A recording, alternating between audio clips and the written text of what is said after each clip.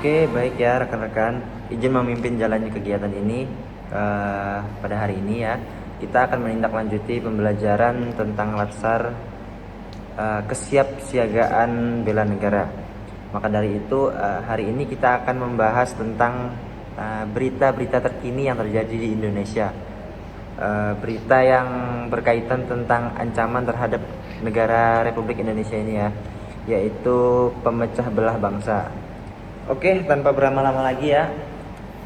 Jadi yang pertama nih aku ada berita tentang penghinaan terhadap orang lain. Coba kita saksikan bersama. Ya, Jokowi anjing, polisi anjing, Jokowi anjing ya. Aku gak takut sama polisi anjing, aku gak takut sama polisi anjing. Aku tak takut sama polisi anjing ya. Nah, bagaimana menurut kalian semua? Jadi tentang video tersebut, kalau menurut aku sendiri nih ya, sebagai seorang abdi negara nih sangat memperhatikan, sangat prihatinkan dengan video penghinaan orang tersebut. Terlebih lagi yang dia hina itu adalah seorang presiden gitu ya. Hal ini tidak hanya mencederai kehormatan seorang pemimpin, tetapi juga berpotensi memecah belahkan bangsa. Sebagai ASN kita tuh harus mendukung stabilitas dan persatuan negara serta menjaga kehormatan serta menjaga komunikasi yang baik dan bermartabat dalam menyampaikan pendapat. Kritik boleh, tapi harus dipikir juga lah, tidak bersifat menghina atau merendahkan orang lain. Sangat setuju, saya sangat setuju Pak. Sebagai ASN yang bekerja di lapangan dan berinteraksi langsung dengan masyarakat, kita harusnya sangat khawatir dampak negatif dari video penghinaan seperti ini. Ya, Tindakan semacam ini bisa memicu kebencian di antara masyarakat dan merusak kepercayaan terhadap pemerintah sebenarnya. Kita harus bijak dan berpikir panjang juga ya dalam berkomentar atau menyebarkan informasi di media sosial. Sebagai pelayan publik, menjaga persatuan bangsa adalah prioritas kita dan hindari segala bentuk pemecah belahan bangsa. Nah, rekan-rekan sekalian, untuk mencegah kejadian seperti ini terulang, kita sebagai ASN harus memperkuat sosialisasi tentang etika dalam berkomunikasi, baik di ruang publik maupun di media sosial. Kita juga harus mencoba mengadakan pelatihan literasi digital bagi seluruh ASN dan masyarakat, agar mereka lebih memahami dampak buruk dari menyebarkan konten provokatif dan menghina. Edukasi dan pengawasan terhadap penggunaan media sosial harus ditingkatkan untuk mencegah konten negatif menyebar luas. Oke Pak Robi, ini saya juga ada berita. Coba kita simak ya. Jabatan Kepala Sekolah SMK Negeri 1 Kolaka. Kemudian yang kedua, inisial M, jabatannya sebagai Bendahara SMK Negeri 1 Kolaka.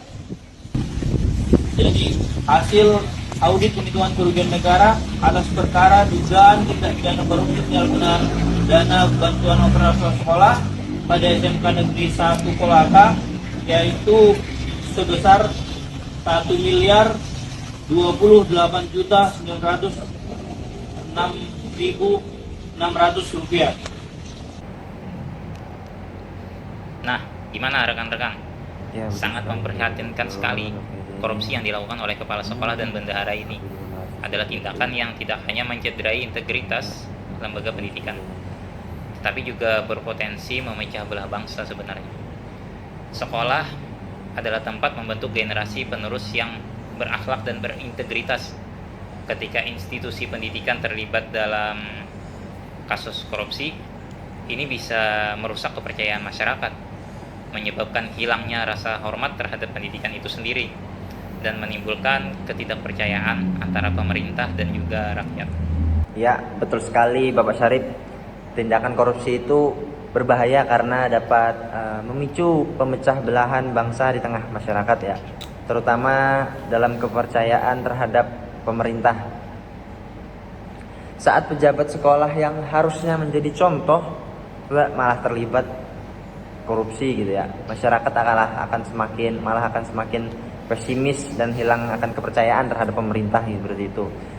yang bisa memperlebar jurang antara rakyat dan negara.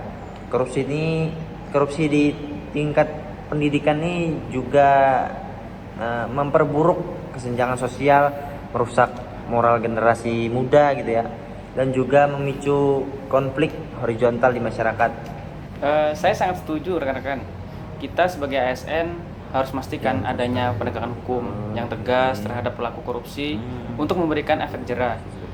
Sebagai langkah pencegahan, perlu dilakukan kampanye anti korupsi di sekolah-sekolah yang melibatkan guru, siswa, dan masyarakat.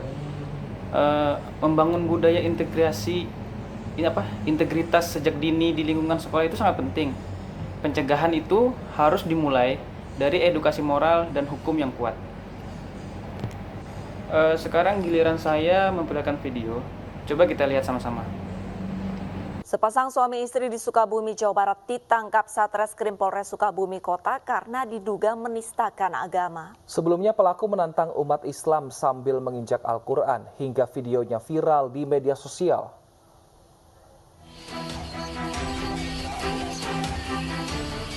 Inilah rekaman video seorang pemuda yang menantang umat Islam dengan menginjak Al-Quran yang viral di media sosial. Setelah videonya viral di media sosial, petugas Satreskrim mendatangi rumah terduga pelaku di Sukabumi, Jawa Barat. Ya, itu tadi. Pendapat saya dulu ya. Tindakan penistaan agama seperti ini, seperti menginjak-injak Al-Quran, itu sangat berpotensi memecah belah bangsa.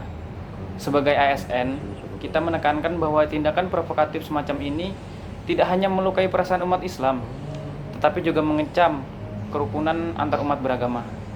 Kita perlu meningkatkan dialog antar agama dan memperkuat pendidikan nilai-nilai toleransi sejak dini. Oke rekan-rekan ya, menurut saya cukup untuk 3 video tersebut, yang dari penghinaan terhadap orang lain, terus tindakan korupsi, setelah itu penistaan agama.